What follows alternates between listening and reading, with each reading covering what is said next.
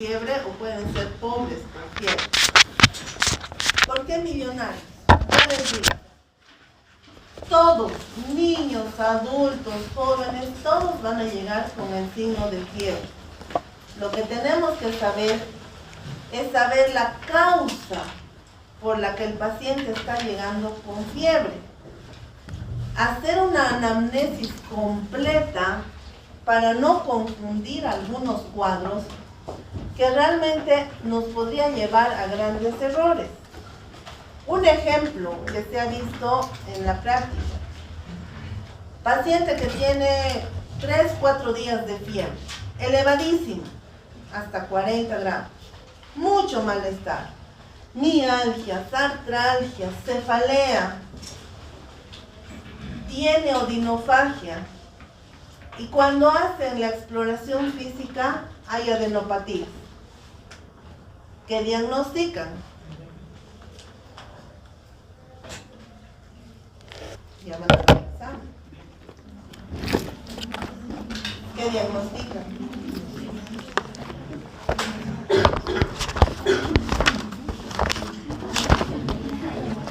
¿Nada? Faringitis, ¿no? ¿Y tratamiento? Amoxicilina, penicilina. ¿Y si les digo que es dengue?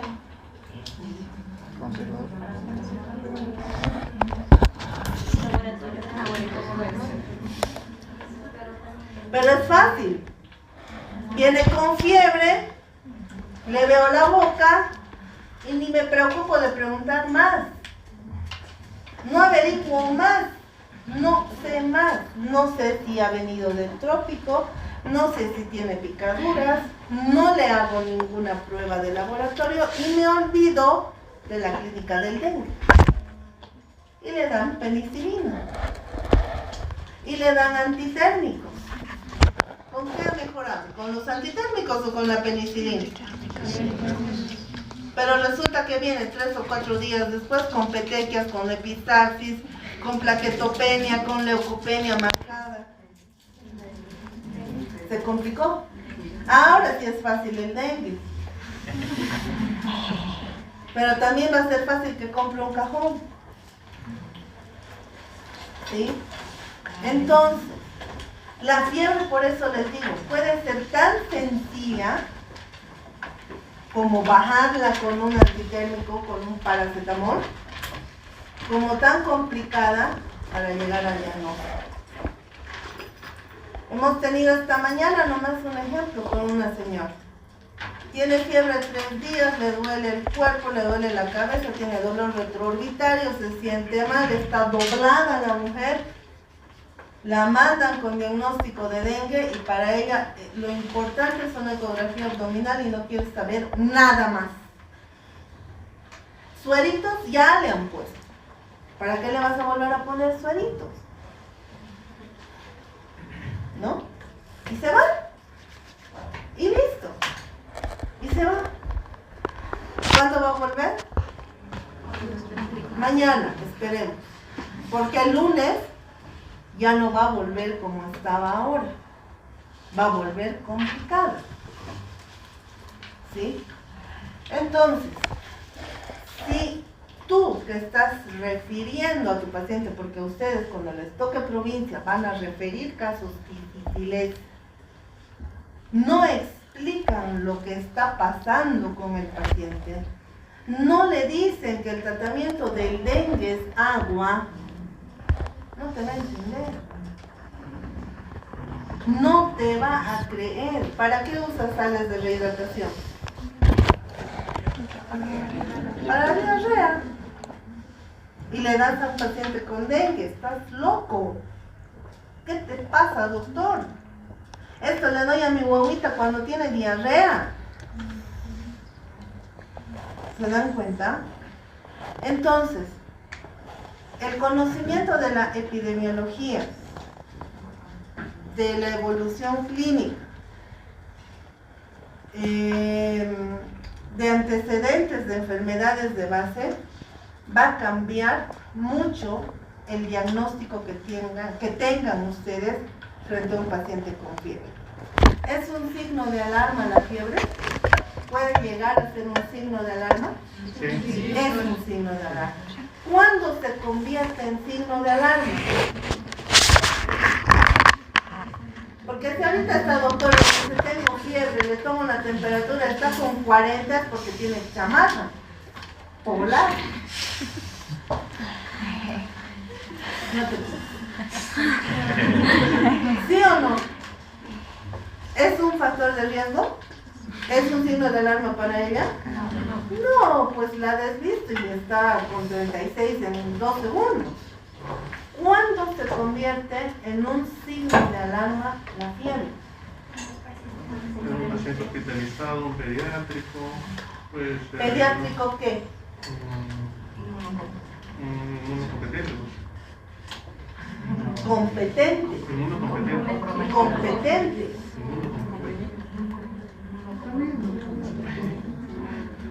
Él es inmunocompetente. No te quiero, creo. Puede ser postoperado. ¿Pediátrico qué? Neonatal. Un neonato con fiebre es un neonato con sepsis hasta que se demuestre lo contrario. Un inmunocomprometido con fiebre es un inmunocomprometido con sepsis hasta que se demuestre lo contrario, porque causas hay miles. Pero la primera causa de fiebre es el proceso infeccioso. Si es un paciente hospitalizado por fractura, por que se va a ir a hacer una rinoplastia, ¿qué más? Una lipo. Ya una lipo porque las venden en horas, ¿no? O sea, 12 horas creo están, 8 horas y creo que hasta eso es mucho. Y las liberan después del procedimiento. Muy bien. Entonces, procedimientos que no tengan, patologías que no tengan nada que ver con un proceso infeccioso y por las cuales se hayan internado y días después desarrolle fiebre, sí es un signo de alarma. Porque estaríamos hablando de una infección asociada a la atención de salud. ¿Sí?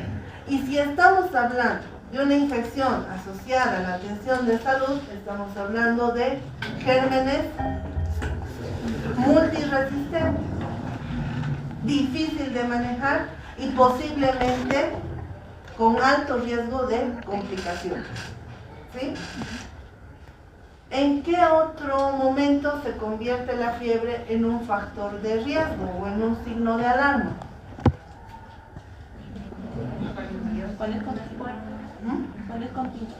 Cuando es continua.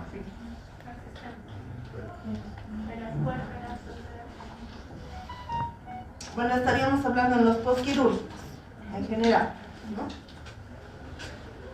¿Qué más? Los VIH, doctora.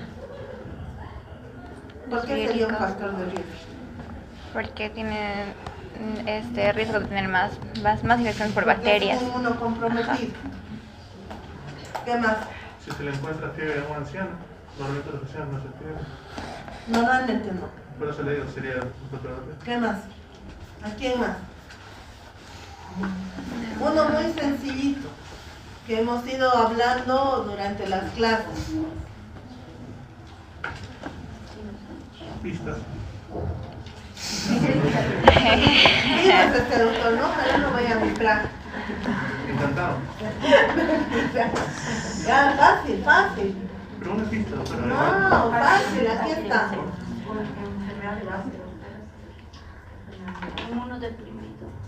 Las enfermedades de base con fiebre no sería un factor de riesgo, a no ser que sea uno comprometido y o tenga las defensas bajas.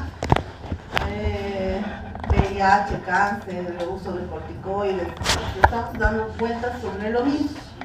Pero si es un proceso infeccioso al que ya le habías dado tratamiento, que estaba mejorando y vuelve a presentar fiebre, eso es un signo de alarma. tu tratamiento no sirve, el germen se hizo resistente o lo que estás dando está a dosis equivocada, en periodos equivocados, muchas cosas para evaluar. Entonces, esos serían más o menos ejemplos en los cuales la fiebre se convierte en un signo de alarma. Y por eso se la considera como un reto para cualquiera de los profesionales. ¿Qué es temperatura?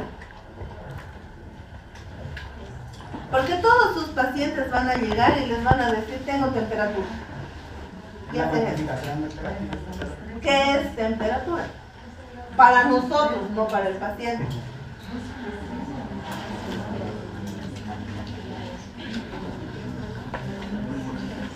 El calor que almacena un cuerpo.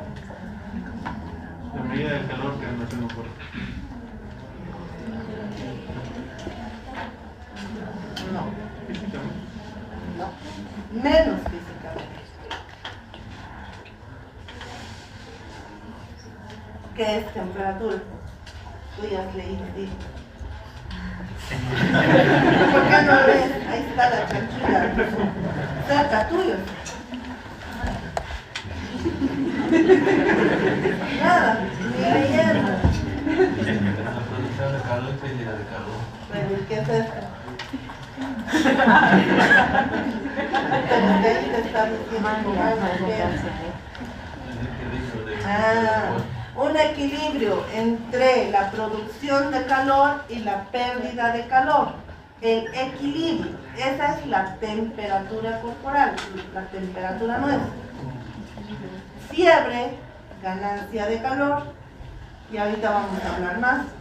Hipotermia, pérdida de calor. Muy bien.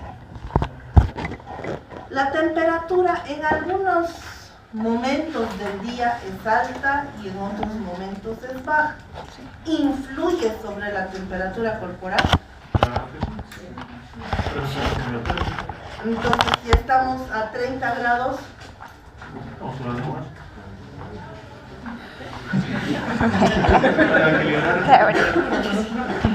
si estamos a 30 grados, ¿podríamos presentar elevación de la temperatura corporal? Sí. Si estamos a menos 5 grados, menos 10 grados, podríamos, pero no es la regla, ni en el otro lado, ni en el otro extremo, de que subamos la temperatura corporal o en temperaturas bajas, menos de 10, menos de 4, se puede presentar hipotermia. ¿Sí? ¿Quiénes presentarían con más facilidad esta disregulación de la temperatura corporal? ¿Quiénes? Los recién nacidos. ¿Y quién más? Personas de raza negra. ¿Negros? ¿Negros? ¿Por qué? Absorben más calor.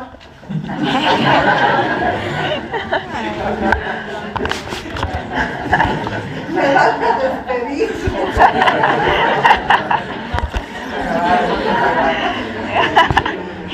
¿Qué Eres pasó? malo, chileno.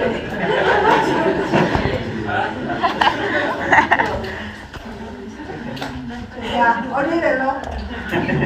Pobre, eso. ¿Pero por qué? Pues mire.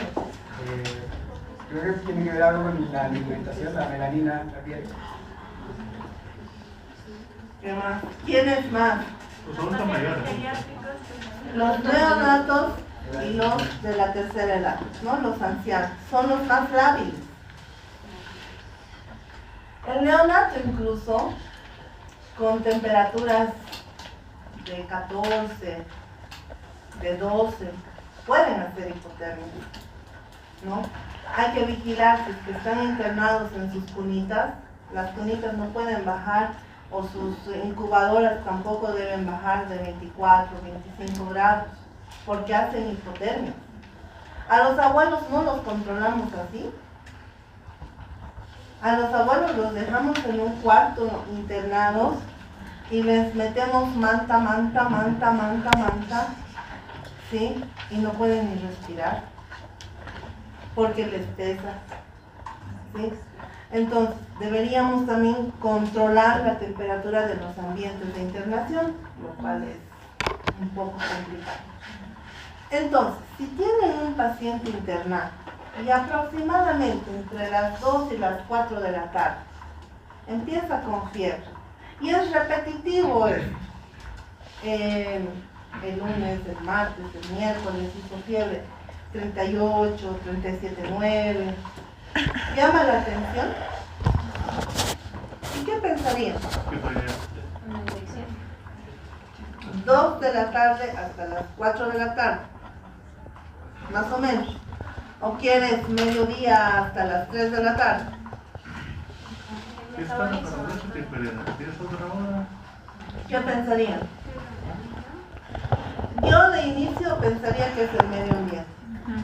O sea, que es la temperatura ambiente lo que está haciendo que se eleve la temperatura del paciente.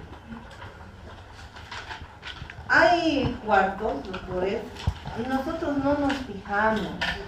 Creemos que no nos corresponde porque somos dioses médicos. Y no lo estoy diciendo en broma, es verdad. He encontrado pacientes en salas de internación en las que lleva el sol más de 6-7 horas. O sea, desde que sale hasta que empieza a caer, el sol está en el cuarto. El paciente está bañado en sudor, está chorreando y le dicen diaforesis. Toman la temperatura en el momento de más alta temperatura ambiental y está con 37,9, con 38 grados y le dicen sepsis y le cambian antibióticos. Y si lo cambias de cuarto,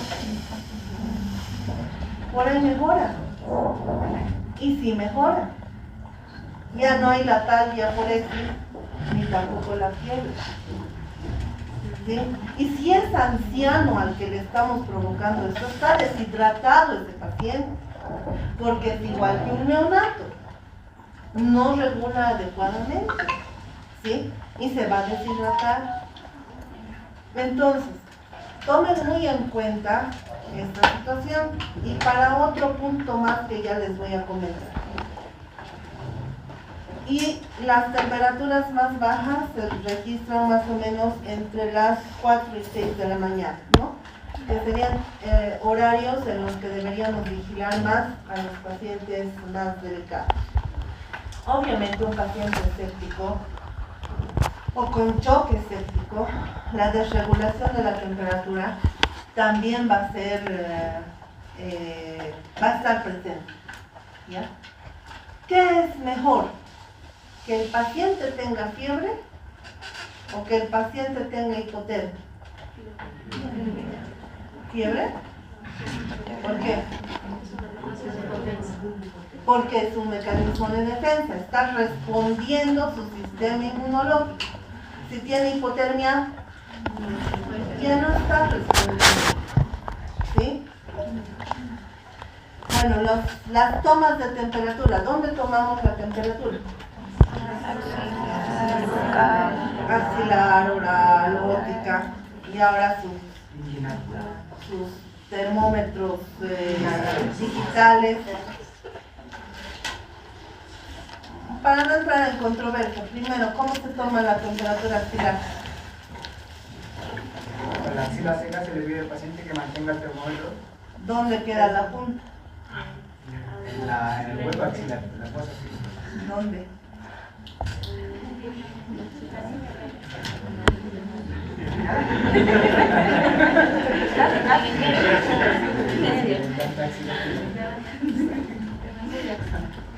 ¿En qué será fácil? Ahora pon eso en un neonato de 1 kilo. ¿Dónde debe quedar el termómetro?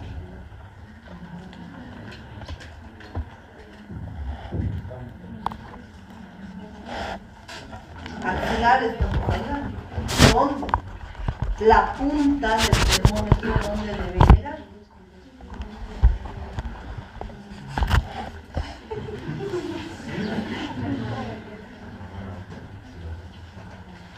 Porque normalmente en los neonatos toman la temperatura de la cama, le ponen el termómetro y la punta está en la cama.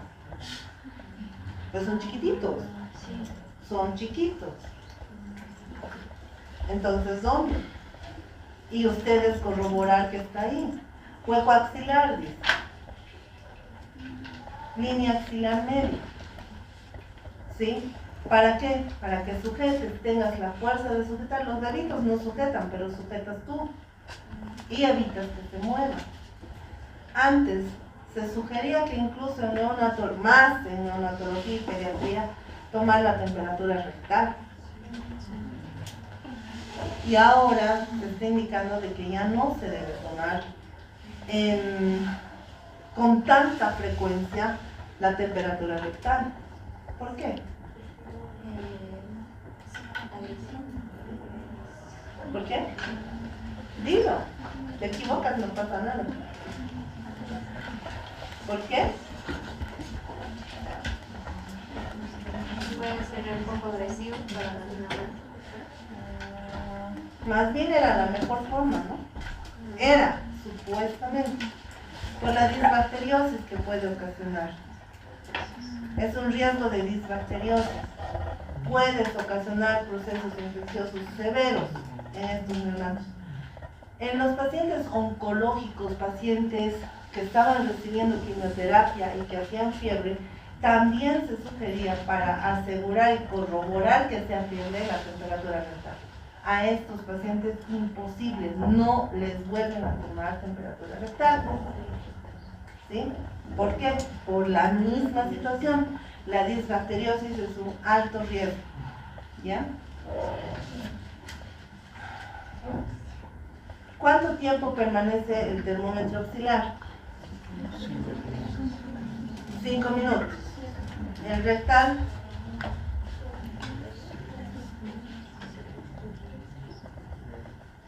¿cuánto tiempo el rectal? 3 minutos. 2 a 3 minutos.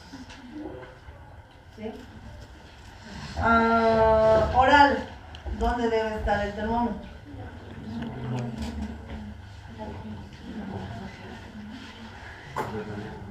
¿Dónde debe estar el termómetro cuando tomas la temperatura oral? Igual. ¿Y cómo debe estar la boca?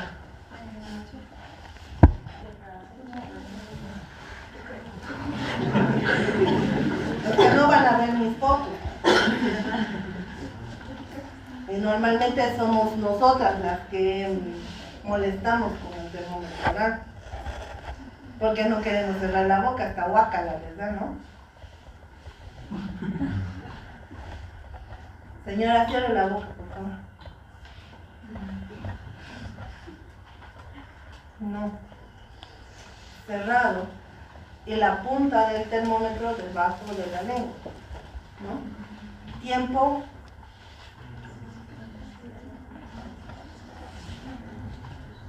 Tiempo. Oral. 1 a 2 minutos, ¿no? Muy bien. Estos termómetros digitales, los ópticos, que antes usábamos, ¿no? Antes les digo porque era el primero que salió y el boom era la temperatura más próxima a la temperatura central, y es verdad. Sin embargo, esta temperatura óptica tenía cierta característica para el mecanismo de toma de muestra o de toma de temperatura. La luz infrarroja debería iluminar directamente al tímpano. Y si no ilumina el tímpano e ilumina la piel del conducto auditivo externo, ¿qué temperatura están tomando? De la piel. Queda lo mismo que hagas aquí. En épocas de pandemia, ¿dónde les tomaban la temperatura? Donde sea, la frente, tu cuello, tu brazo, tu mano, cualquier parte, tu ojo. Asegúrate que no es láser, ¿no? Por si acaso, ¿no? Pero sí, sirve. Los tótems de seguridad, que son estos donde te mides la temperatura y tomas alcohol, ¿sirve? ¿Sirve hacer esto? ¿Dónde está la temperatura más baja? Es lo que dice. Los tuyos. Gracias. ¿Dónde? Me pasó. Creo que me tenía un payaso. Perdón. ¿Dónde? ¿Sirve esto? ¿Dónde está la temperatura más baja? Lugares cristales. Lugares cristales, donde están caminando y qué es lo que sienten frío primero. Las manos. Entras a un supermercado y le pones la mano, va a tener fiebre ese paciente. Cuando empieza a subir la temperatura, ¿qué temperatura tienen las manos y los pies? ¿Cómo se ponen? ¿Calientes o fríos? Y esperas determinar a un paciente con fiebre a través del toque. ¿Sirve? Falta, mentira, nos han mentido por 3 años. Y lo sigues haciendo, ¿no? Porque si no lo haces no te dejan entrar. Entonces, esta temperatura que tomamos con el infrarrojo, que los que te ven te dicen a nivel de la glabela y esa es la temperatura más próxima a la temperatura central porque está cerca al cerebro donde estás tomando la temperatura, lo mismo que te tome un cuero cabelludo entonces. ¿Servirá? ¿Qué opinas? ¿Cuál de las temperaturas ustedes hasta ahorita consideran, o cuál de los registros consideran el más sensible para decir que el paciente está con fiebre?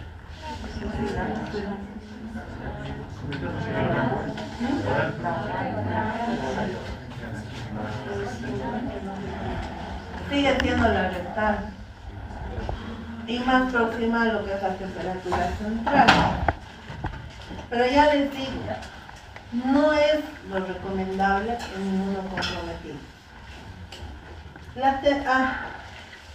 ¿Y esto sirve?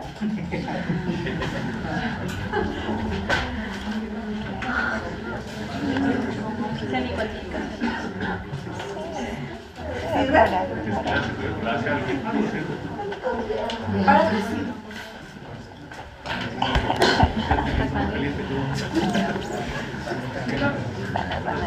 Para hacer una comparación, puede servir.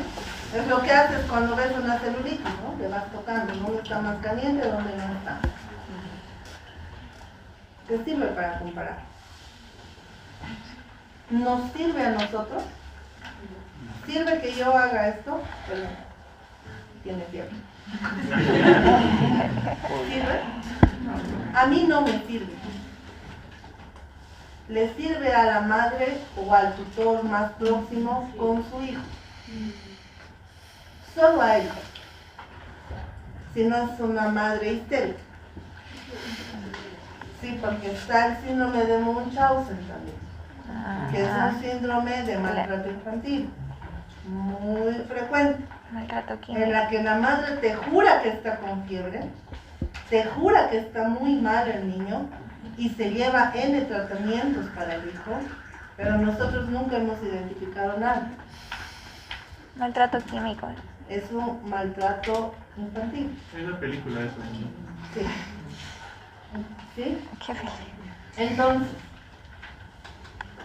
sirve dependiendo el tutor o la persona que nos está comunicando que ha habido elevación de temperatura. Las otras, cintitas, esto que hay en los canales de niños, las telitas para pegar a la frente y que va marcando 37, 38, ninguna de estas. ¿Sí? Tiene muchos factores de variabilidad. El sudor, el que pegues bien, el que tú estés sujetando y no estés tomando tu temperatura en lugar que la del niño. ¿Sí? Entonces no tiene mucho sentido.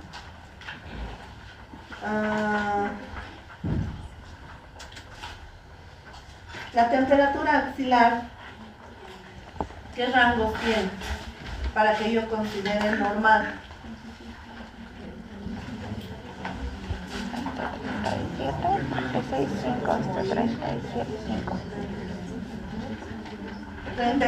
34.7 a 37.3. La oral de 35.5 a 37.5. La rectal de 36.6 a 37.9. ¿Sí?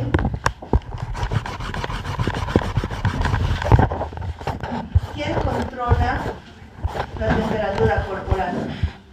El hipotálamo. Muy bien. Primer grupo que me contesta. Perfecto. El hipotálamo, ¿no? Si yo hago esto, estoy transfiriendo calor. Y ustedes están transfiriendo calor a la silla, ¿no? Cuando estaban en el colegio les decían no calientes la silla. Es dura, ¿no? ¿Qué se llama? ¿Qué es eso? Es perspiración, es conducción, es convección o es radiación.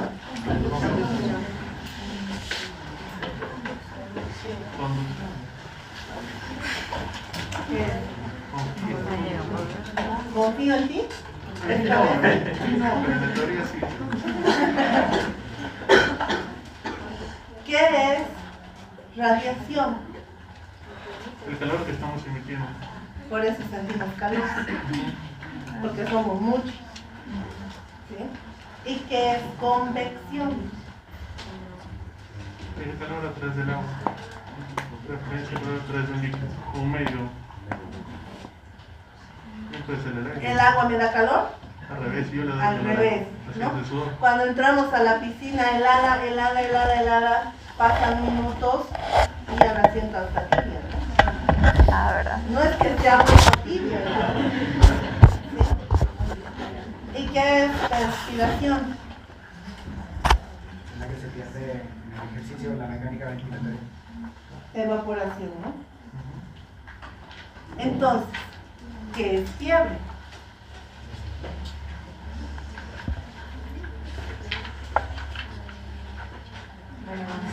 ¿Qué es fiebre? ¿Qué es hiperpirexia? ¿Y qué es hipertermia? Fiebre desde 38 grados. Los mecanismos de compensación fallan. ¿Fiebre? Falla el mecanismo de compensación. Desde 38 La grados, doctora. temperatura o el cuerpo induce a la producción de ciertas sustancias que hacen que la temperatura Me sea. estás hablando de que fallan los mecanismos de pérdida de calor. ¿Y quién controla esto? Entonces estaría fallando el hipotálamo. Está reaccionando. En la fiebre, ¿qué sería hiperpirexia? Que no es lo mismo que hipertermia. Fiebre, la elevación de la temperatura corporal por encima del estándar. 38. Hiperpirexia, y 41. obviamente que en la fiebre el hipotálamo sí funciona, porque está tratando de controlar, de bajar la temperatura. ¿Cómo controla? ¿Cómo baja la temperatura del hipotálamo?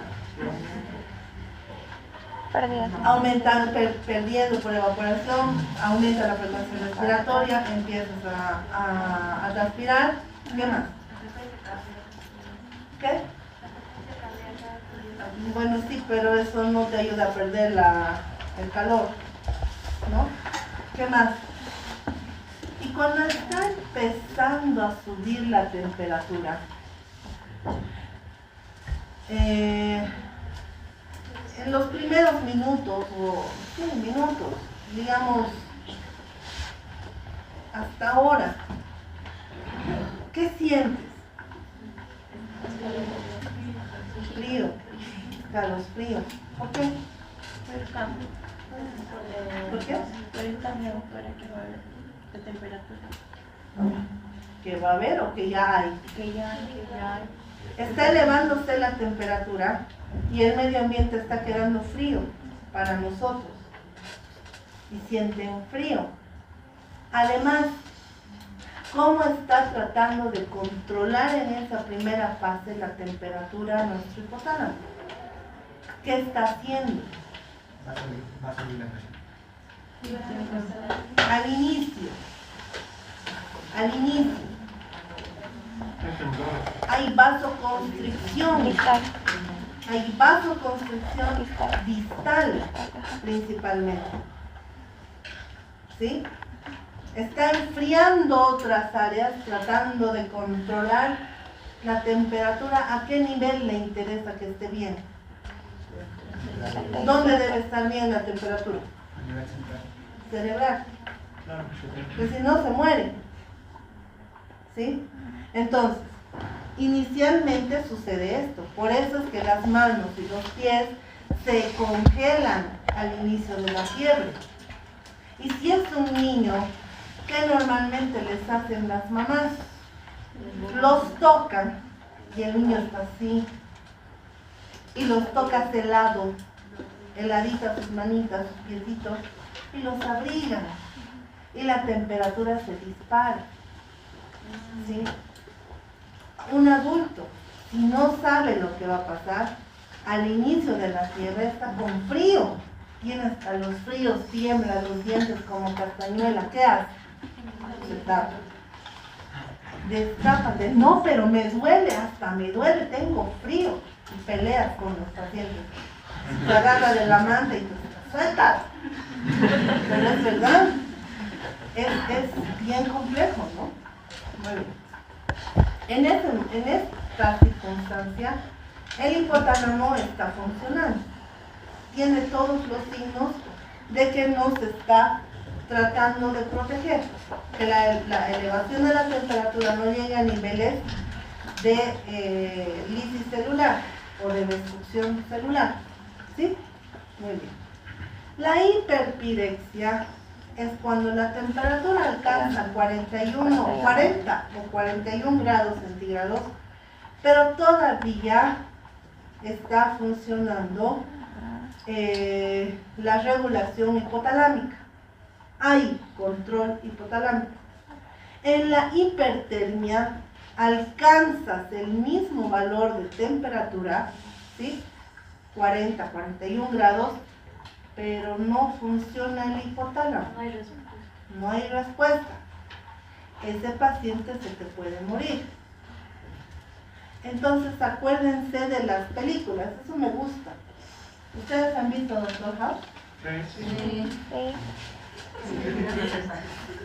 ¿Y por qué no me responden en la práctica entonces? En el capítulo del Doctor House, cuando ya va a dar el diagnóstico, ¿qué te muestra el episodio? ¿Qué te muestran en el capítulo? Una animación de la probable enfermedad.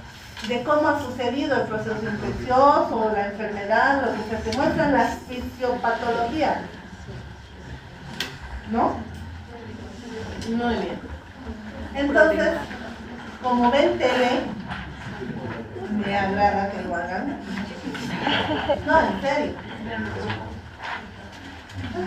Imagínense ahorita esas películas en las que la persona está con temperatura elevadísima y los meten a estas tinas de hielo. ¿Han visto en Doctor House? ¿Han visto en... ¿cuál es la que les gusta?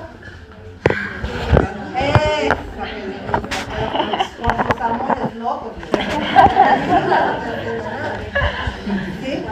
Grey's Anatomy. Igual, en cualquiera de estas, ¿sí? Ya están con la imagen, ¿no? Están en una tina de hielo.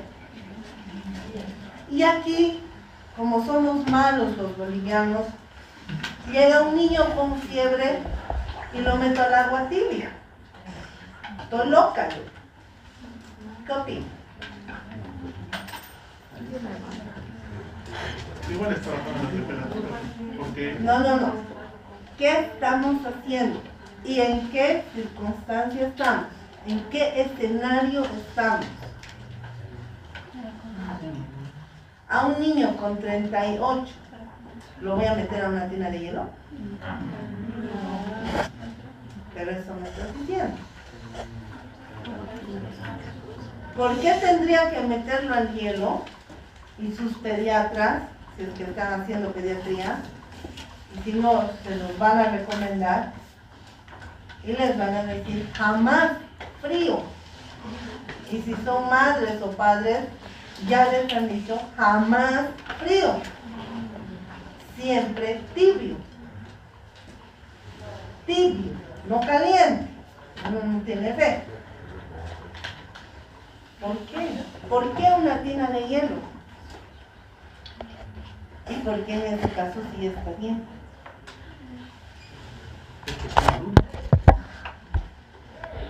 Cuando tengas fiebre voy a preparar mi tina de hielo.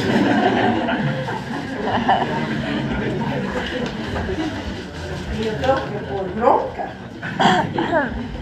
¿Cómo es? En un caso de hipertermia, en la que no se va a regular la pérdida de calor, no hay hipotálamo que te ayude. Y si dejas que esa fiebre persista o por el contrario siga elevándose y se muera ese paciente, debes utilizar medidas extremas. Y en este caso es hielo.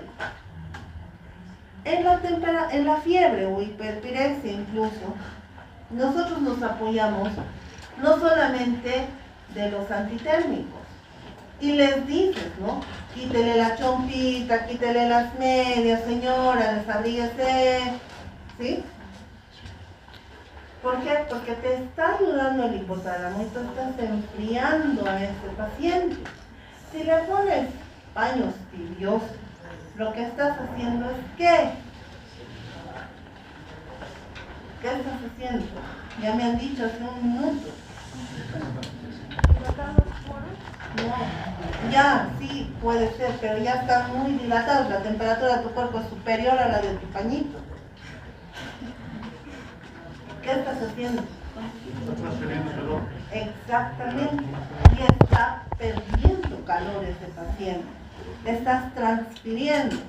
¿Sí? Entonces, ¿qué es? Conducción. Convección y ¿Sí? conducción. Estás transfiriéndole calor a ese medio con el que estás tratando de bajar la temperatura. ¿Sí?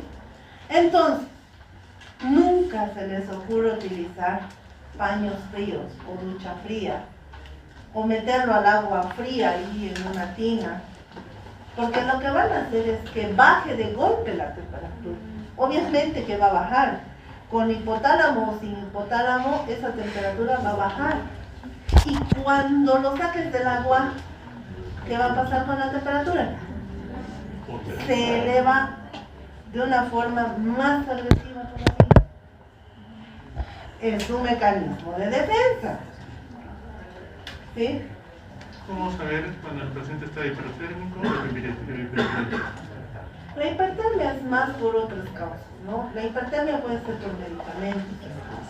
Generalmente se llama hipertermia maligna por los anestésicos, hay los anticonvulsivantes que están metidos. Muchos fármacos pueden estar involucrados en la fiebre. Pero es una temperatura de 40, está subiendo, estás usando antitérmicos, estás usando medios físicos, estás usando medidas de bajar la temperatura y sigue subiendo y tu paciente sigue decayendo neurológicamente. Podrías estar frente a un cuadro de hipertermia. ¿Sí?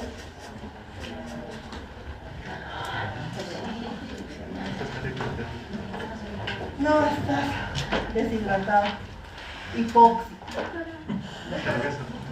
Doctora, pues entonces yo podría decir que mi paciente está con hiperpirexia si es que a pesar de que yo le pongo los medios físicos, este paciente no responde. Hipertermia. Hipertermia, porque no está... ¿Cómo me doy cuenta si está funcionando el hipotálamo o no? Porque va a bajar la temperatura con lo que hagas, que es lo ideal, ¿no? La hipertermia casi nunca se produce como resultado de un proceso infeccioso también. Eso deben recordar. Poco probable que un proceso infeccioso conlleve al paciente a una hipotermia. no está implicada la liberación de citoquinas y no se produce síntesis de prostaglandinas. Entonces no hay proceso inflamatorio que esté conduciendo a este paciente a esa temperatura tan elevada, ¿sí? Y los mecanismos que llevan a la pérdida de calor no son suficientes o no funcionan, ¿sí? Causas, lo que les he dicho, ¿no? La intoxicación por medicamentos. Hay un ejemplo bien clásico. Ahí está. Esto sí les va a caer al dedillo, como se dice, para entender. Un paciente que esté intoxicado con órganos fosforados, ¿qué debe recibir de tratamiento? Atropina. ¿Y la característica de la atropina cuál es? Les dicen así como cuentito. Rojo como... Dilo. No, pero le pasas una figurita de rojo como... Rojo como tomate, el ojo como cabra y seco como desierto. ¿Por qué les da vergüenza decirlo? Cuando sean padres, peores cosas van a decir.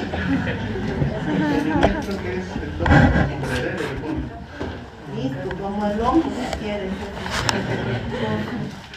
Sombrerero loco, ¿no? ¿Sí? Entonces, en ese caso, ¿qué estás haciendo? No es tu intención matar a tu paciente, pero estás anulando la pérdida de calor. Ese paciente no va a transpirar. ¿Y por qué quieres que no transpire, que no produzca secreciones? Porque con el órgano fosforado lo que estaba haciendo es producir demasiado. Había una desregulación a ese nivel. Tienes que hacer lo contrario para contrarrestar el efecto, ¿sí? Entonces, uno de los fármacos que también puede llevarte a hipertermia maligna es la atropina. Sí se dan dosis tóxicas. En el corazón directo, adrenalina. Otros, les decía, los neurolépticos. Otras causas, los golpes de calor. Estas personas que sin estar acostumbrados viajan a desiertos o a lugares de temperaturas muy altas, no están acostumbrados. Temperaturas de 40, 45 estamos hablando, ¿no? Hay lugares en donde viven muy felices, pero nosotros podríamos morirnos. Ejercicio extremo en los que no se haya hidratado el paciente, insolación, etc. ¿Sí?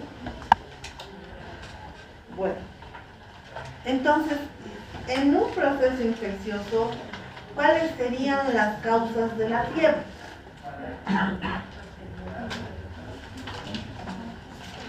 ¿Cuáles son las causas de fiebre en un proceso infeccioso?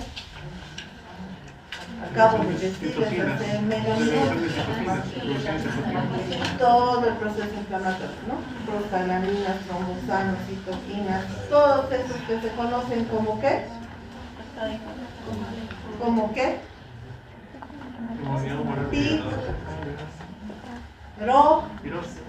Pirógenos endógenos. Y los pirógenos exógenos serían ¿cuáles? En un proceso infeccioso, ¿cuáles serían los pirógenos exógenos?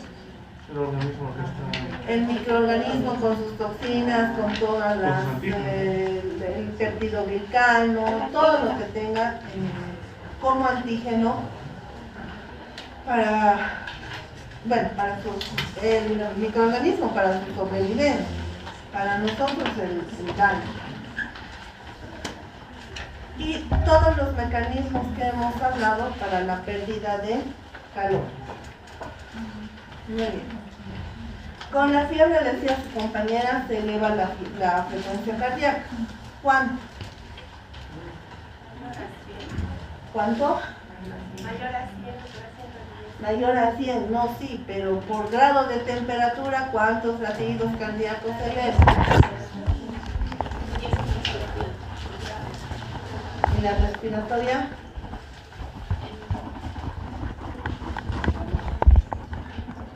La cardíaca 10 a 15, la respiratoria 3 a 5. En un cuadro de sepsis, en un cuadro de proceso infeccioso grave, debemos reconocer que la taquicardia o la taquipnea que está presentando el paciente no se debe a la fiebre,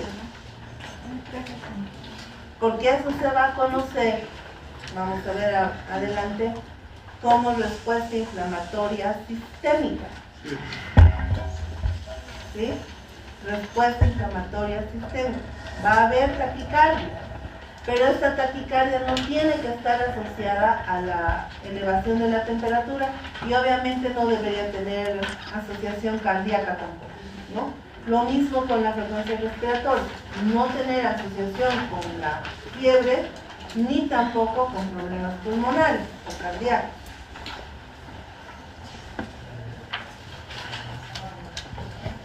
Vamos a entrar a un tema que es muy importante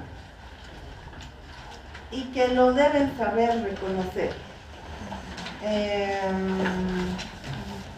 Definir y diagnosticar, porque el manejo ya se lo saben. La dificultad está en llegar al diagnóstico real de este cuadro.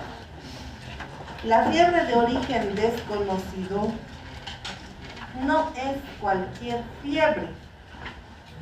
No es que hoy día empieza con fiebre el paciente, como no presenta ningún otro signo y síntoma, y va mañana al médico, yo pongo como diagnóstico fiebre de origen desconocido.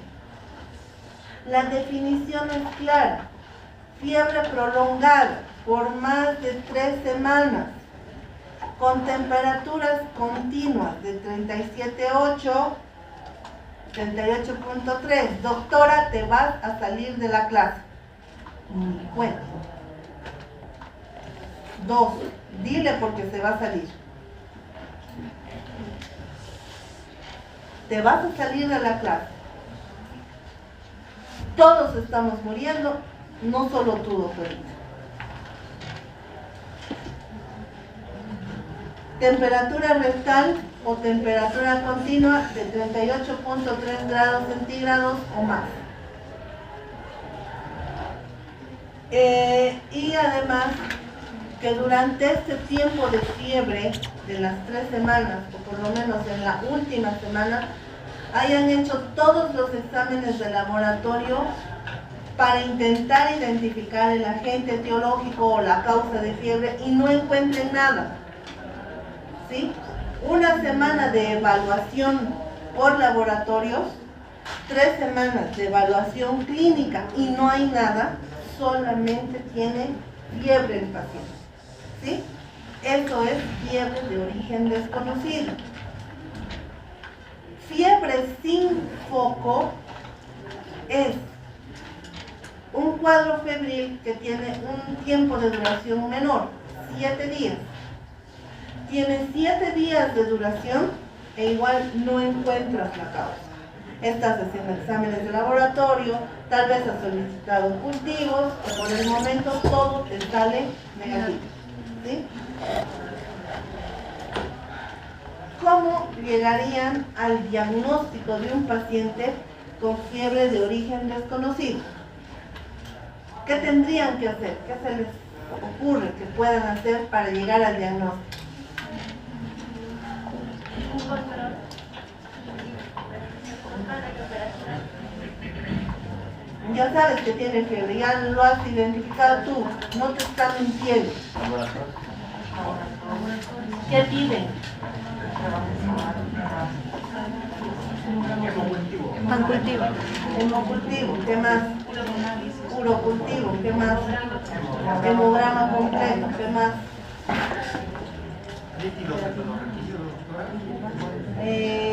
Quédatelo bien guardado.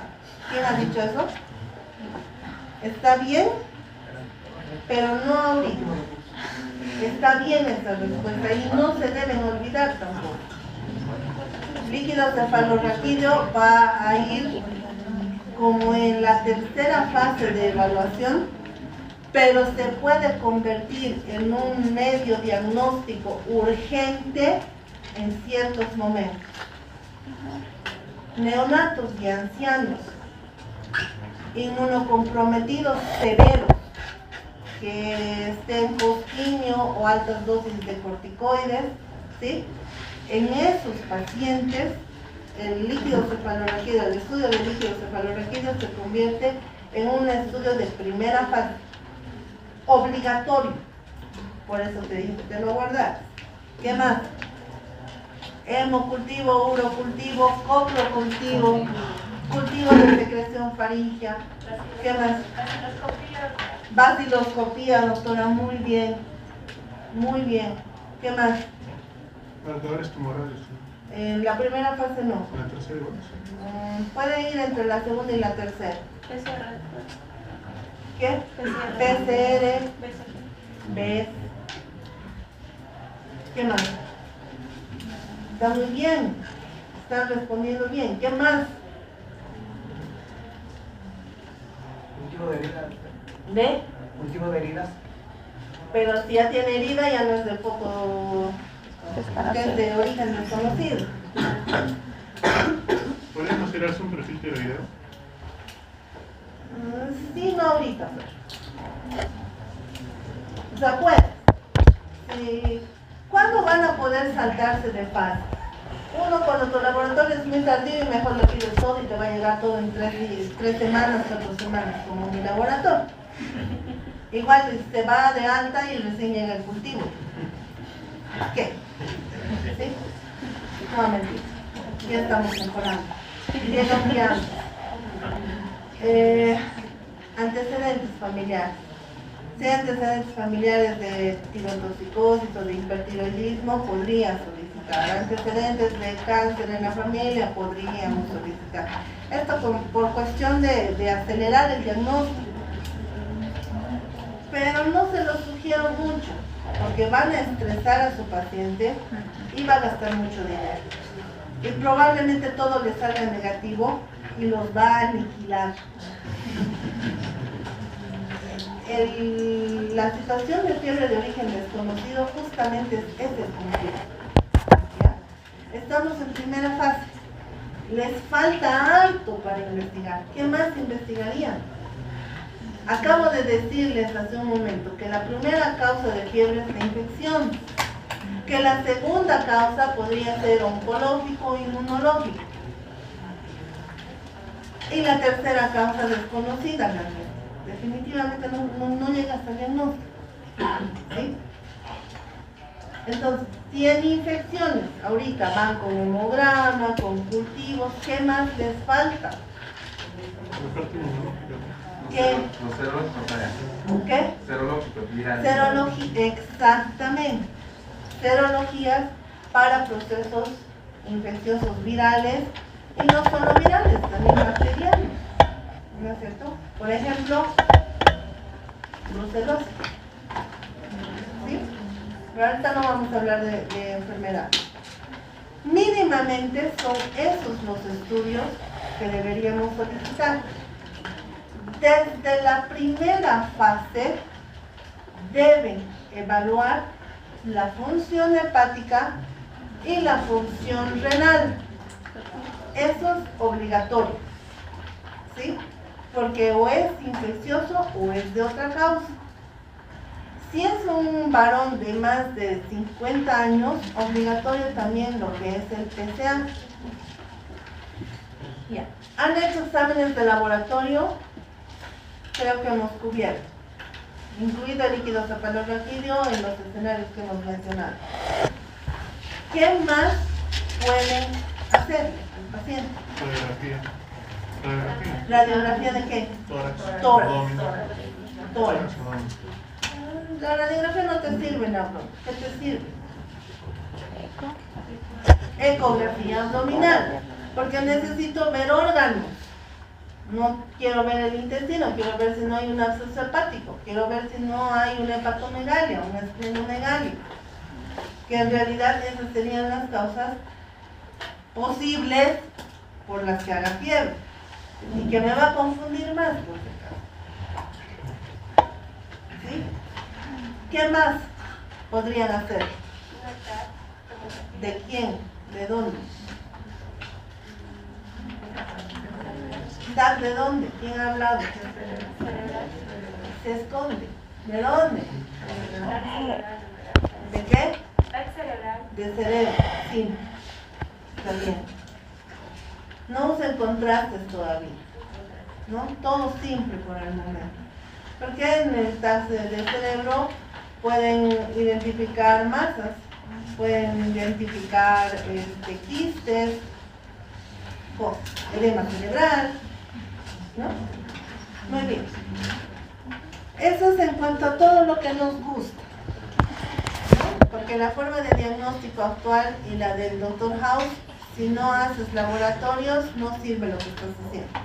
Y él le haría resonancia desde la punta de su cabeza hasta la punta de su dedo gordo del pie y no encuentra nada a veces, ¿no? Gasta mucha plata. Y para no gastar tanto, ¿qué tendrían que hacer?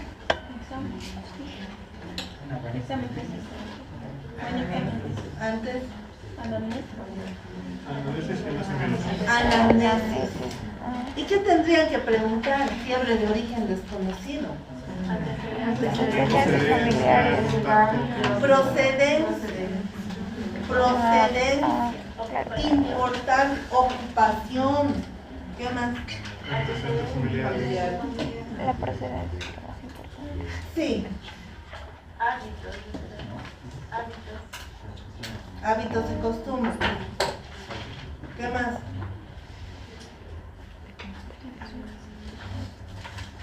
La resonancia con sus ojos humanos desde la punta de la cabeza hasta la punta de los pies. Exploración física. Le miran todo. No, es mujer. No le puedo ver los genitales. Entonces no eres médico. Entonces no eres médico. Porque si estás morboseando con tu paciente, no eres médico, porque no quieres ver por morboso. No porque la paciente se sienta mal. La mujer, lo mismo, por si acaso. No, pues que es hombre, ¿no? ¿Qué me va a decir? ¿Qué te va a decir? ¿Qué te tiene que decir? ¿Eres médico o qué eres? ¿Lo vas a violar?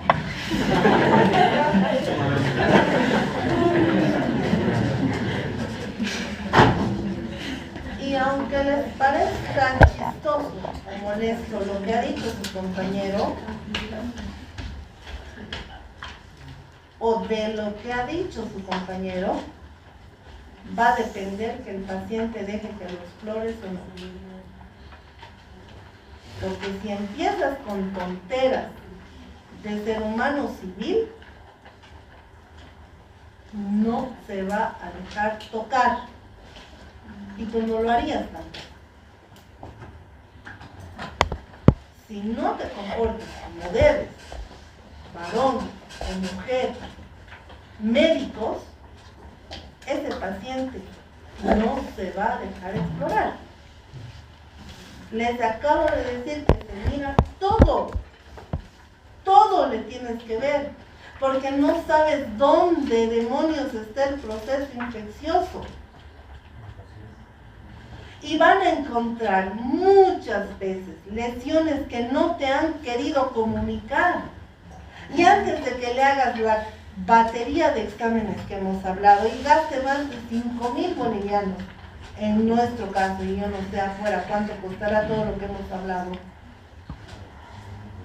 Antes de que gaste todo eso, seguramente en la exploración física van a encontrar la causa de esa fiebre.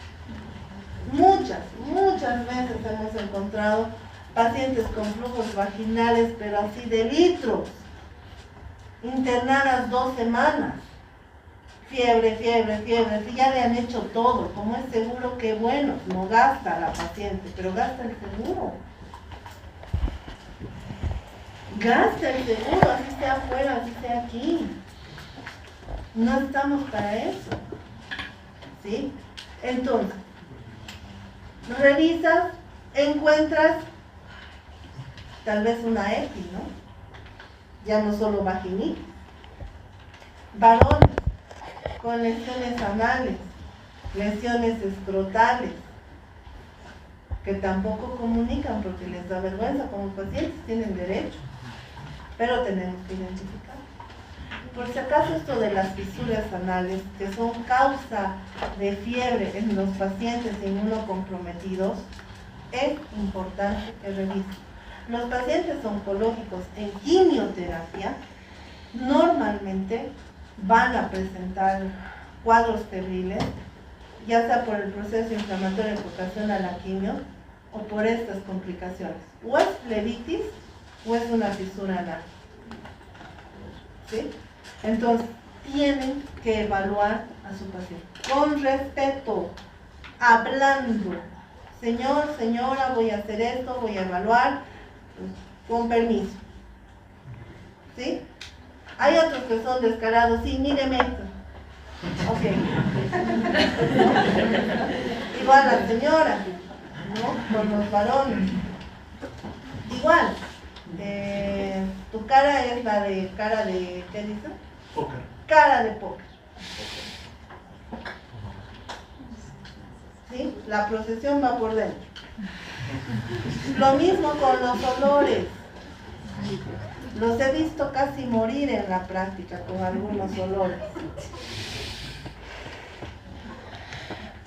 No se comenta.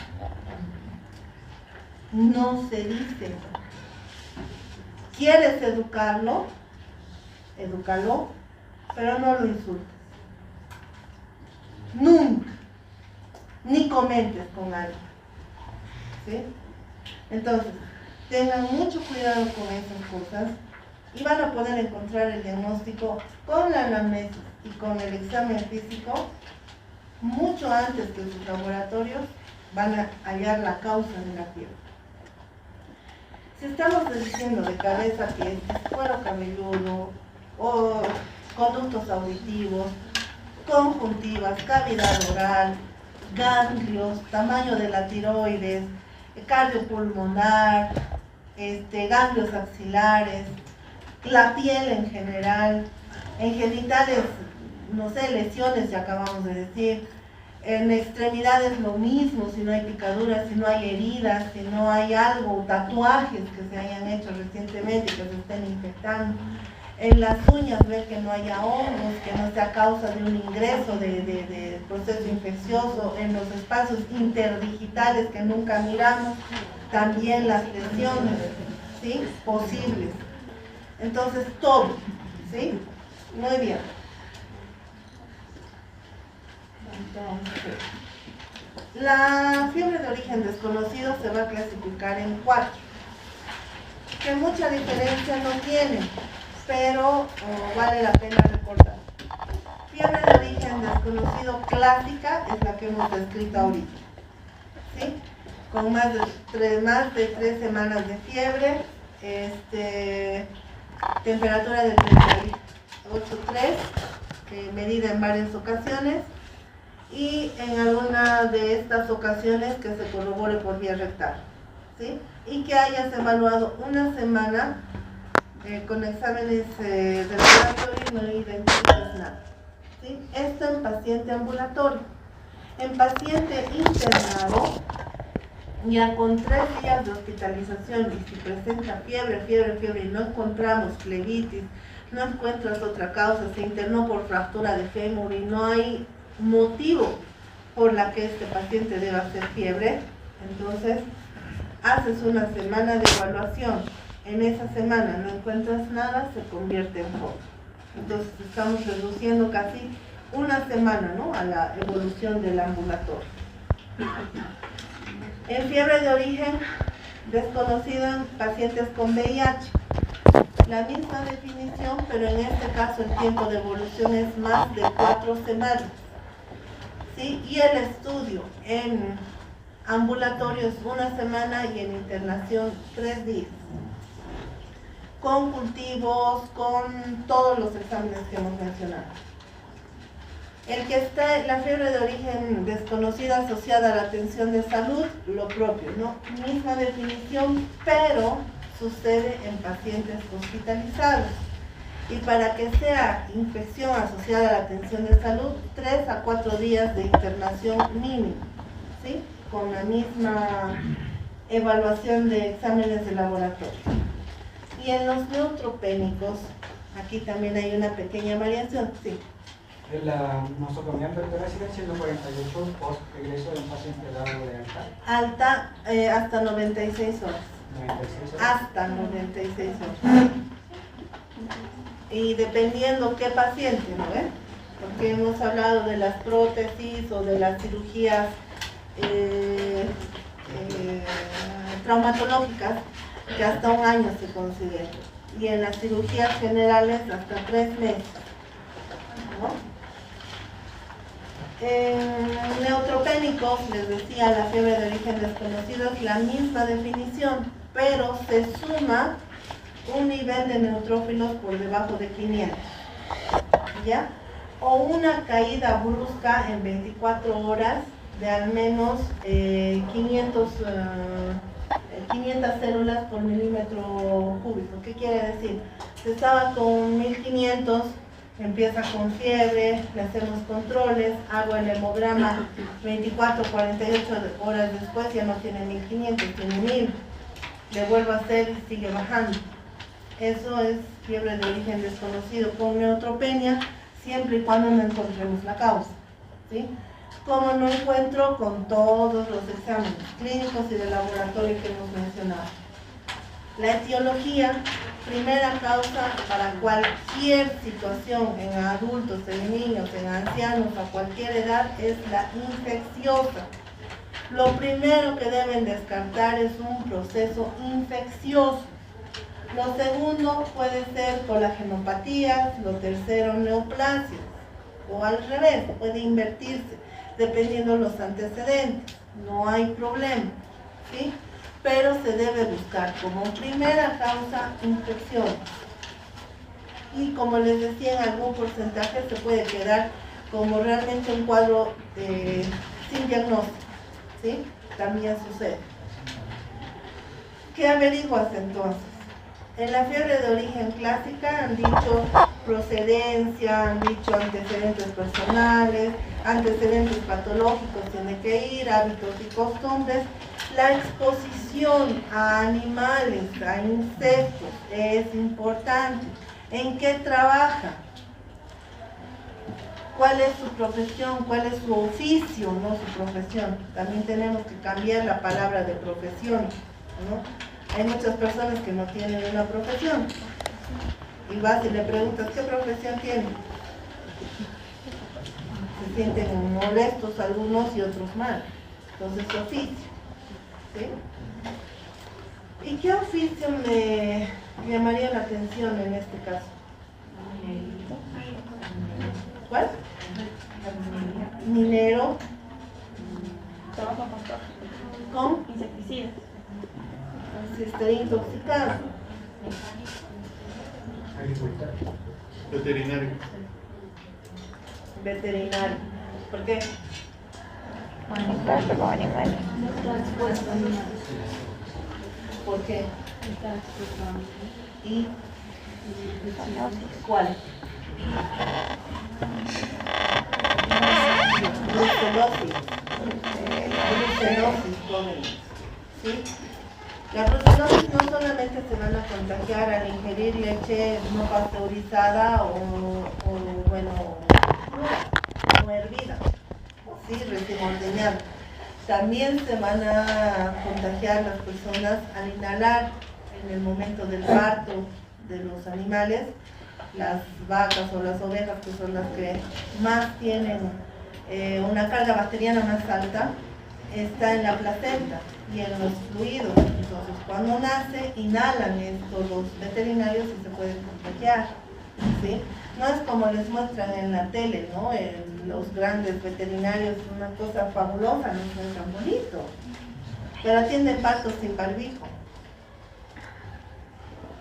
No es lo recomendable. Y sin guantes, ¿no? Alto riesgo. ¿Qué otra profesión? No he escuchado. Funcionario de salud. Ya, médicos o enfermeras, laboratoristas. ¿Alguna otra profesión que llame mucho la atención? Transporte, perdón. Transporte. ¿Por qué el transporte?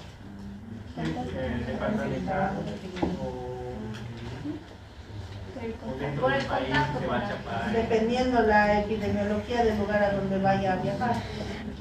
Procedencia. Buena observación. ¿Qué más? Agricultores, carpinteros. Agricultores, ¿por qué? Porque están expuestos a insecticidas, Como toxicidad. Carpinteros, ¿por qué?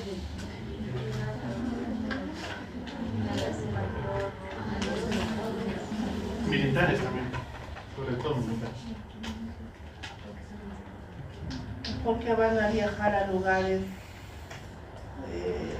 inhóspitos, alejados, sin recursos. ¿Qué más?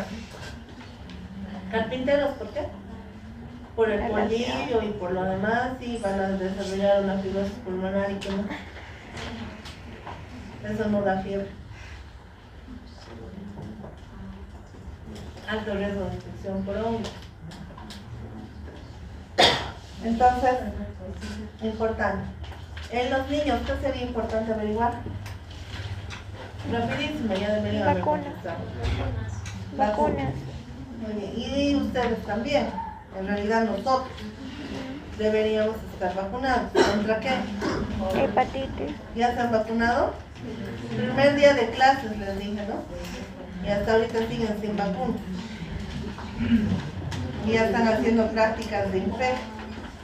Felicidad. ¿Qué más? Entre las enfermedades de base, ¿cuáles serían las de más riesgo? Hepatitis. COVID. Diabetes, cardiopatías, neumopatías, todas, nefropatías, ¿sí? En la nosocomial, ¿por qué causa entrado? Si le han hecho cirugía, si está con catéter venoso central, si está con sonda nasogástrica, si está con sonda uretral, si está con línea arterial, intubado o traqueostomía. Todas esas son causas de procesos infecciosos en el paciente internado. ¿Qué medicación está recibiendo? ¿Qué dosis? ¿Qué asociación de fármacos está recibiendo para el desarrollo de fiebre? ¿Sí? En el neutropénico, ¿en qué estadio de la quimioterapia está? ¿En qué fase del VIH se encuentra? ¿Qué dosis del corticoide está recibiendo? ¿Sí? ¿Qué nivel de neutrófilos tiene? Entonces ya hemos hablado de todas las posibles causas, que son todas. Bacterianas, las que quieran. Virales, las que quieran. Desde dengue, malaria, ¿qué más quieren? VIH, hepatitis B, hepatitis C, citomegalovirus. Y les he dicho dengue, que es una enfermedad aguda, por si acaso, y nadie ha dicho nada. Malaria lo propio, Epstein-Barr, herpes,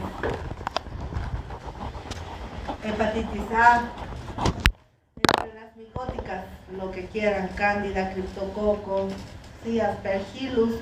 Aspergillus, muy importante descartar en un paciente neumópata y que esté empezando a hacer fiebre o presente síndrome de distrés respiratorio. Por nada. O sea, ha hecho controles adecuadamente, tiene su medicación correcta y empieza con dificultad respiratoria y fiebre, busquen aspergillus. ¿Sí? Pneumocystis jirovecii es otro. Parasitarias, las que quieren, leishmaniasis, paludismo, parasitosis que hemos hablado, intestinales, y todos los cánceres sólidos, hematológicos, vasculitis, tejido conectivo, todo. En realidad, todo lo que tenían que haber estudiado hasta ahorita, todo eso puede ocasionar fiebre de origen desconocido. Hay otras causas no tan comunes, pero sí que nos puede llevar a conflictos. Una de ellas es la fiebre medicamentosa, la fiebre por medicamento. Y contrario a lo que yo pensara, hasta los antibióticos me pueden ocasionar fiebre. Entonces tengo que estar muy seguro de que la fiebre no es por un proceso infeccioso sobreagregado, mala dosis o agente etiológico resistente para asociar la fiebre a medicamentos. ¿Sí? Ahorita hablamos. La fiebre ficticia o facticia, como encuentren en los libros. Los jóvenes, los adolescentes generalmente hacen eso. Lo que ven en los dibujos animados, termómetro en el foco, termómetro en la mano. No quiere ir a clase. Y llega con su temperatura de 40. Y le creen. Lo fabuloso es que le creen. Pero eso ya salvando a un adolescente en su naturaleza. ¿Sí? Pero también sucede con los ancianos o con gente sola, deprimida o depresiva. Quiere internarse, quiere que lo cuiden, no tiene casa, no tiene comida, no tiene quien lo cuide, no se puede bañar. Entonces llega a tu centro con fiebre. Y es más, aquí están mis registros. Con termómetro, sin termómetro, no interesa. El cliente siempre tiene la razón. Lo que ustedes tienen que hacer es descartar que tenga fiebre para evitar llenarlo de antibióticos, porque ese paciente es paciente de calle la mayor parte de las veces y va a ir a diseminar gérmenes multiresistentes. ¿Sí? Complejo. Endocrinopatías también, la causa, ¿sí? Enfermedades granulomatosas, hereditarias, que es más raro. Siguen las causas, son como 5 diapositivas de causas, que tampoco se las van a memorizar, sino que tienen que ir lógicamente de acuerdo a su epidemiología. Lo que les decía alguna vez, no van a hacer diagnóstico de fiebre de las montañas rocallosas en Cochabamba, Bolivia, porque para empezar no tengo las montañas rocallosas y segundo, no está llegando de Estados Unidos el paciente y he tenido un diagnóstico de eso en el servicio internado y era COVID.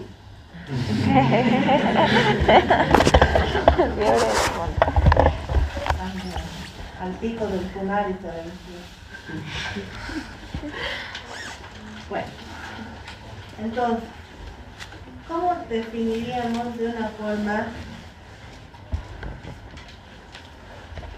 más eficiente lo que es fiebre de origen desconocido? Porque la definición técnica se la tiene que memorizar.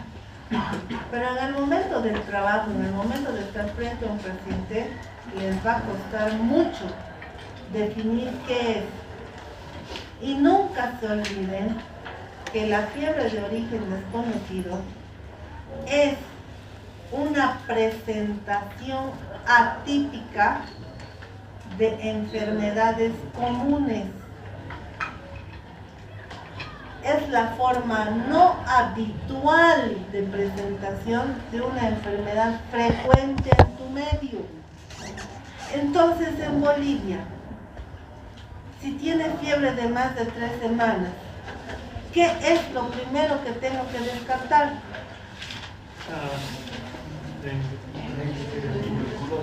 Tuberculosis. Y lamentablemente otra de las infecciones que no deberían descartar en ninguna parte del mundo, pero que es frecuente para todos los países. ¿Cuál? VIH. El número de casos de pero de manera descontrolada. Esta semana, ¿cuántos hemos diagnosticado? Nuevos casos. 3. En una semana, 3 para un seguro. Es harto.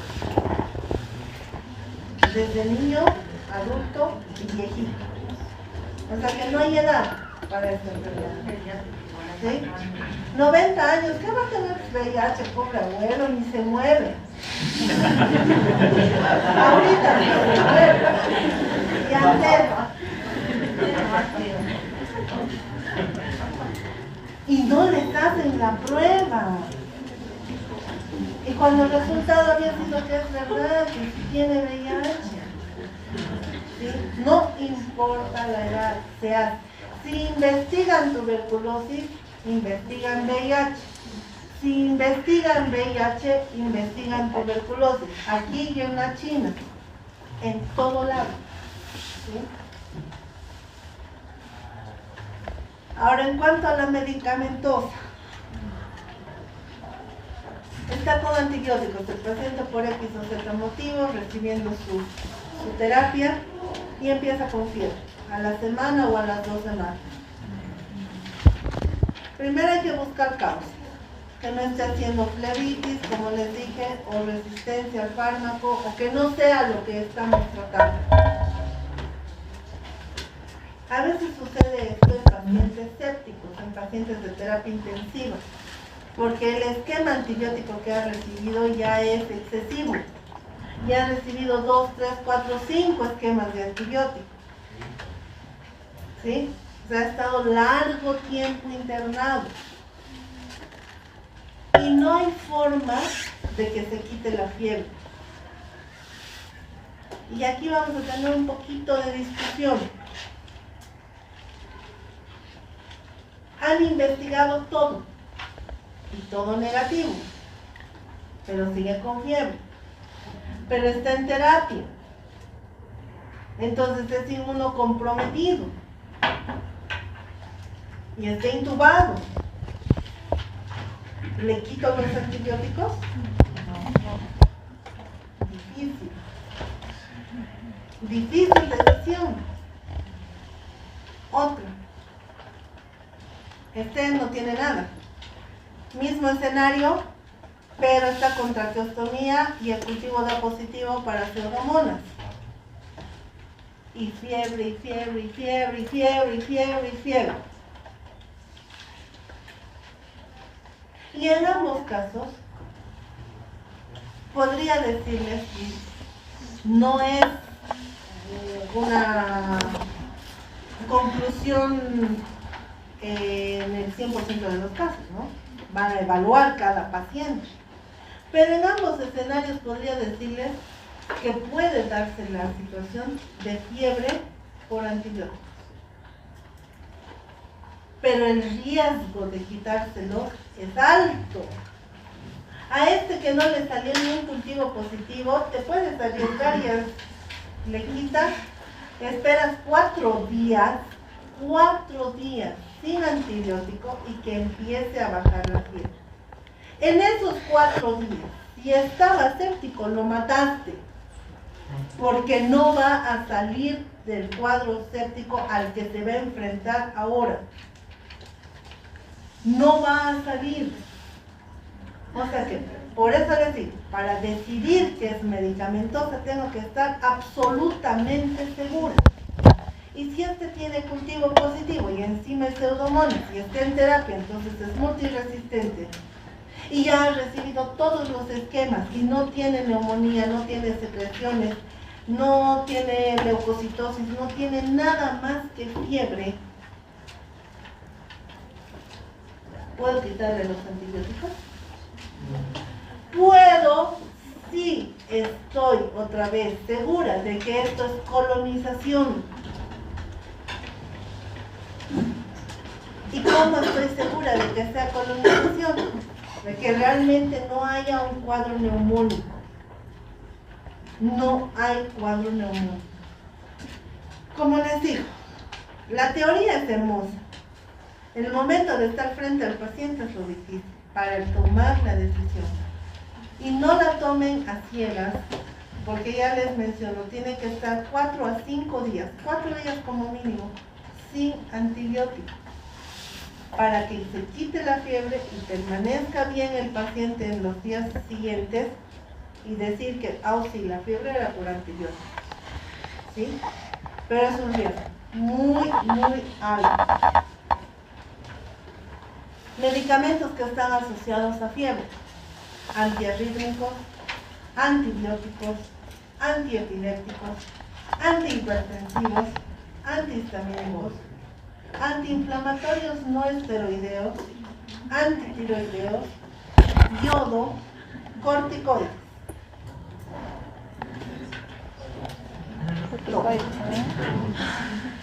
Todo.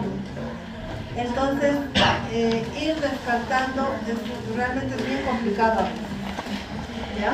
Entonces hay que tener precaución en la toma de decisiones en este caso. Primera línea de exámenes de laboratorio, hemos dicho todos los cultivos: hemo, uro, copro y secreción faríngea, función hepática, función renal, examen general de orina, rayos X de tórax, tomografía de abdomen, de cerebro, ecografía abdominal, no sé si ya les he dicho, función hepática, función renal, la vaciloscopía que mencionaba su compañera, que es importantísimo para nosotros, sería la serología de todo lo que se les ocurra. Mentira, porque entonces van a hacer serología del virus de las mujeres. Entonces la serología es por país, por epidemiología de cada región, ¿sí? Si estoy en Brasil, ¿qué voy a pedir? ¿Qué más?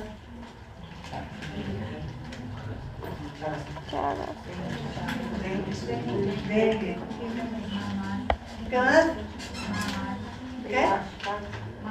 Malaria. ¿Qué más? En serología. Ya, Chagas y Adrián. ¿Qué más? Leishmania. ¿Qué más? Y leishmania visceral estamos hablando, porque la cutánea deberíamos tener lesiones. La visceral en Bolivia no es frecuente, es más, no existe, si es que no es importado el caso. Brasil y Perú sí tienen, entonces deben buscar. ¿Qué más? Pero no te ocasiona gran problema, y la fiebre generalmente no es más de 2 semanas.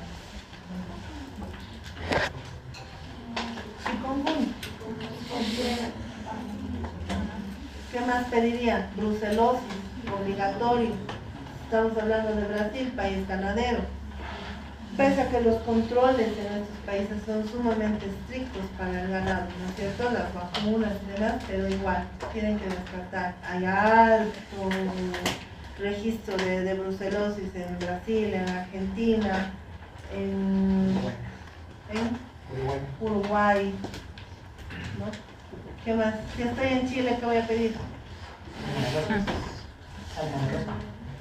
También, así también. ¿Qué más? Anda. Bueno, no es vida, pero... Sí, hay... Dependiendo dónde, ¿no? ¿Qué más? Perú. ¿Quiénes son peruanos? Ya no los reconozco. Los reconozco a los brasileños y a los chilenos, pero los peruanos ya no los reconozco. ¿De Perú? Dengue, fiebre amarilla, hepatitis, la tifoidea, de todo hay. Tuberculosis en todos los países. Y VIH. ¿no? Y todas las hepatitis, por favor, no se olviden. Muy bien.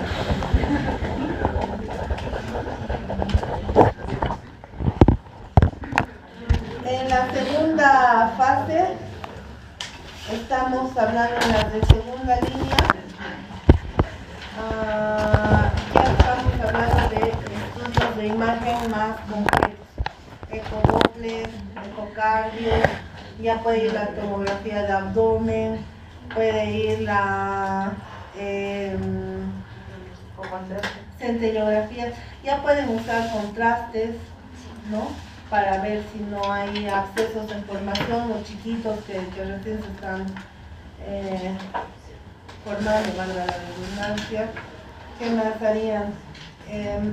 Algo que siempre nos olvidamos y que debería ser de primera línea para nosotros es la radiografía panorámica o la ortopantomografía dental.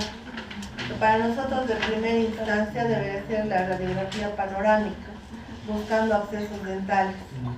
La higiene dental en nuestros países es precaria, entonces sí necesitamos evaluar, ¿no? Acuérdense esto que ya es como un tip, digamos. Paciente que empieza a hacer fiebre después de comer, hay que buscarle accesos odontogénicos, ¿no?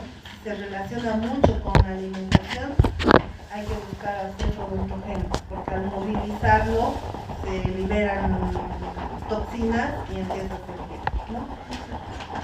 Pueden ya hacer radiografías de cadera, radiografías de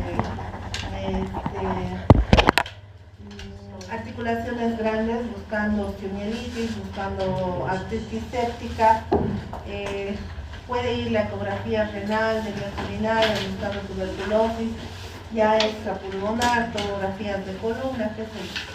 Entonces ya van haciendo más énfasis en lo que quieren encontrar.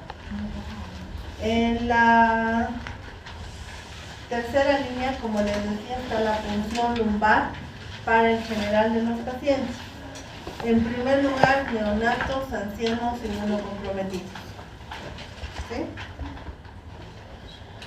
En las punciones lumbares, y otra vez les repito, en funciones de cualquier serosa, pleural, ascitis, articular, ¿sí? Van a solicitar siempre citoquímico, citológico, tinción Gram, cultivo para gérmenes comunes, tinción de cultivo para tuberculosis. Y si sospechan de algo más a nivel neurológico, pueden pedir ya las serologías. Pueden pedir serología para VIH, para hepatitis, ¿sí? Pueden hacer tinta china para buscar criptococo.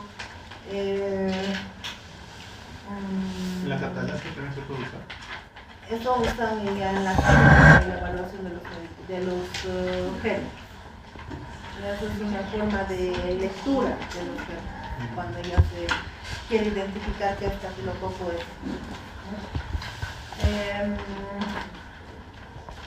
Galactomanano también pueden pedir. ¿Qué más? ADA, que ya les decía en la práctica, ¿no? El ADA no es diagnóstico de tuberculosis, ayuda como sugestivo para tuberculosis.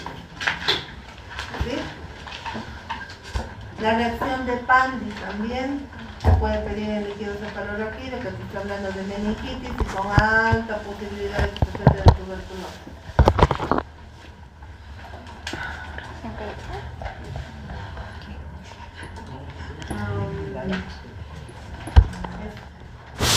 Biopsias, aquí entramos a biopsias, dependiendo de lo que estemos sospechando por epidemiología o por lo que haya sucedido, biopsias de los diferentes órganos.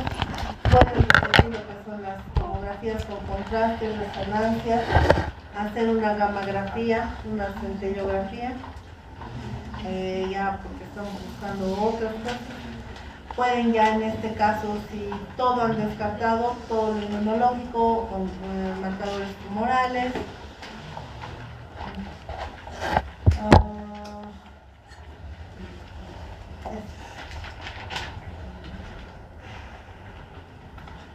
Muy bien. El tratamiento es empírico, ¿no? Si es fiebre de origen desconocido, no sé la causa, no es neonato, no es inmunocomprometido severo. 2 cuadros estoy hablando. Inmunocomprometido severo y neonato no está en ese escenario, no inicio antibióticos. No inicio, porque no sé qué es. Igual y es virus, igual y es tuberculosis, y le estoy dando ceftriaxona. No se da antibióticos, ¿sí? Se trata de definir que les acepte el paciente. Si ya en algunos de ustedes estoy viendo cara de descontento, imagínense el paciente que va a recibir como respuesta de su médico: no te doy nada más que paracetamol hasta saber qué tienes. Con 3 semanas de fiebre y habiendo visitado 10 médicos antes que ustedes.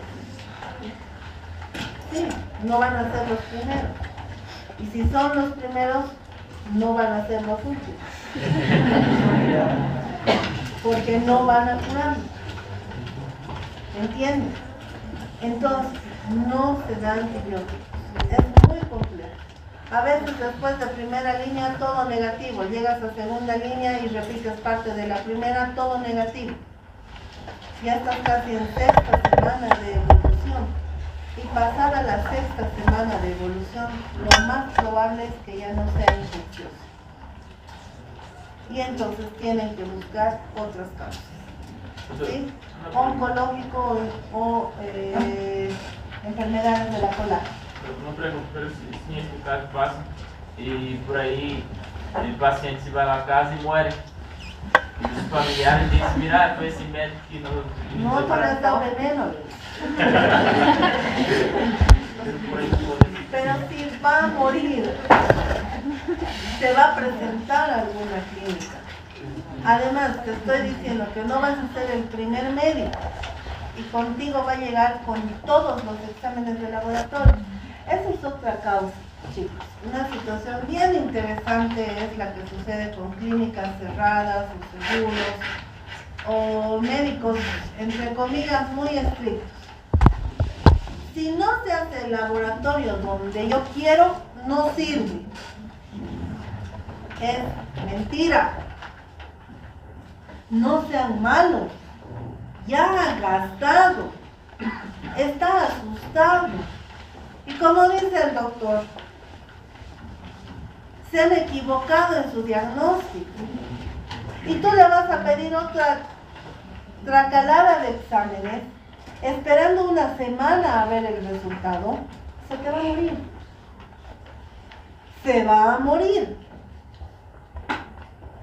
¿Qué van a hacer para que no se te muera? Revisar todo lo que tiene. Todo. Hasta el examen de laboratorio que se ha elaborado ahí en la terminal, en los kiosquitos.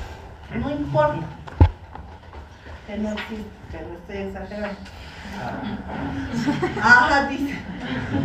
¿Dónde he visto pues un laboratorio en los kiosquitos de la terminal? Tatuajes, tatuajes. ¿Sí? Pero no debería morir. Tienes todos los exámenes que se ha hecho hace una semana. Si es niño, neonato, o anciano, o inmunocomprometido, lo interna e inicia antibióticos de amplio espectro, solicitando exámenes de laboratorio completos. No inicias amplio espectro, te comiste al paciente y también se te va a ir, porque ya lleva 3 semanas de evolución con el proceso infeccioso, si es que era infección. ¿Sí? Entonces, son situaciones bien especiales las que deben tomar en cuenta. Y en neonatos, cuando les digo que es un niño, un bebé con fiebre y séptico hasta que se demuestre lo contrario, se debe hacer cobertura incluso de infecciones neurológicas. Entonces lo tratas como meningitis, con antibióticos que cubran gérmenes que puedan ocasionar la meningitis. Y principalmente listeria, lo mismo que en el anciano, lo mismo que en el inmunocomprometido. Se debe cubrir listeria. Pero no entendí muy bien.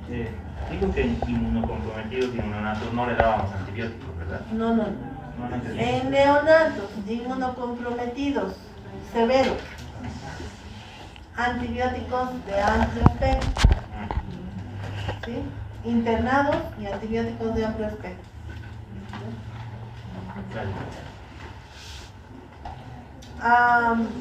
Entre los antecedentes importantes del paciente es la esplenectomía.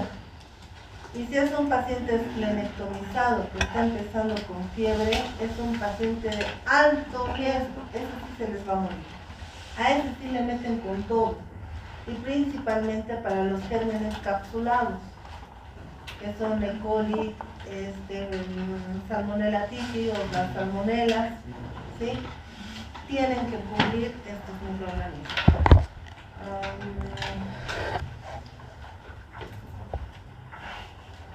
En los cirróticos o en los pacientes que tengan problema hepático o biliar, es obligatorio que cubran enterococos SP o enterococo faecium, enterococo fecalis, enterococos, ¿sí?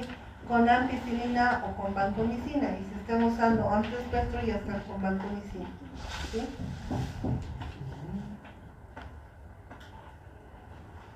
Inestabilidad de los signos vitales, que ya haya llegado con fiebre y ya esté presentando alteraciones, hipotensión, taquicardia, etcétera, pues ahí ya está séptico ese paciente. Entonces a ese paciente lo internas y le metes antibióticos de amplio espectro. Luego llegan los cultivos y desescalan. No esperen escalar en un paciente de riesgo, no van a alcanzar al paciente.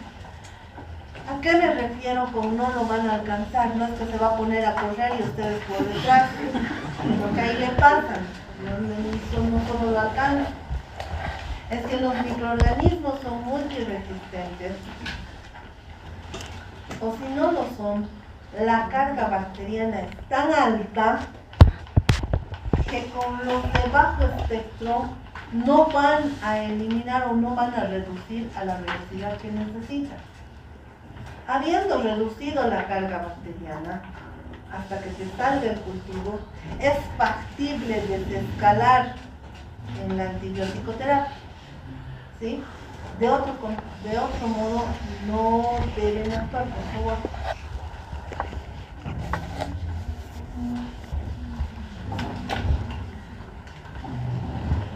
Si no hay motivos de internación, a este paciente no lo deben internar. Tiene más riesgo de que se infecte en el hospital, de que lleguen a tomar un diagnóstico, a alcanzar un diagnóstico ambulatorio. El tratamiento empírico con corticoides, obviamente a una FOD no le vas a dar corticoides. ¿Y qué se la dan? Porque baja rápido la fiebre, le bajan las molestias y está sano en 2 días, pero en 4 está enterrado. ¿Cuándo podrías darle corticoides? Si estás frente a un inmunocomprometido severo y que ya está en un cuadro de choque séptico, iba a decir grave, no existe, choque séptico o falla pulmonar. Se te está yendo. Y lo que decíamos esta mañana, quieres reducir el proceso inflamatorio que lo está matando. Estás iniciando antibióticos de amplio espectro y le estás dando un antiinflamatorio, ¿sí? Ahí ya es riesgo-beneficio, pero no es el tratamiento oficial o de inicio. Además que pueden mascarar la fiebre, pueden mascarar el proceso infeccioso, ¿cierto? Los antibióticos lo mismo. Si van a empezar a dar antibióticos desde inicio, todos los cultivos van a ir dando negativos en el tiempo. no te van a servir, entonces no sirve. Antes de iniciar antibióticos, hacen la toma de muestra para cultivos. ¿Sí?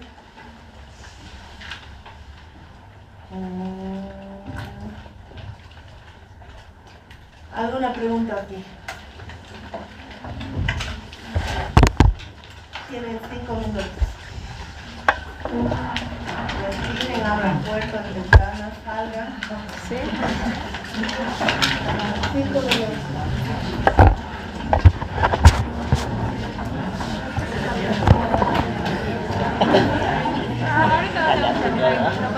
No, calambre. Ay, que mi pierna ya se me está pasando.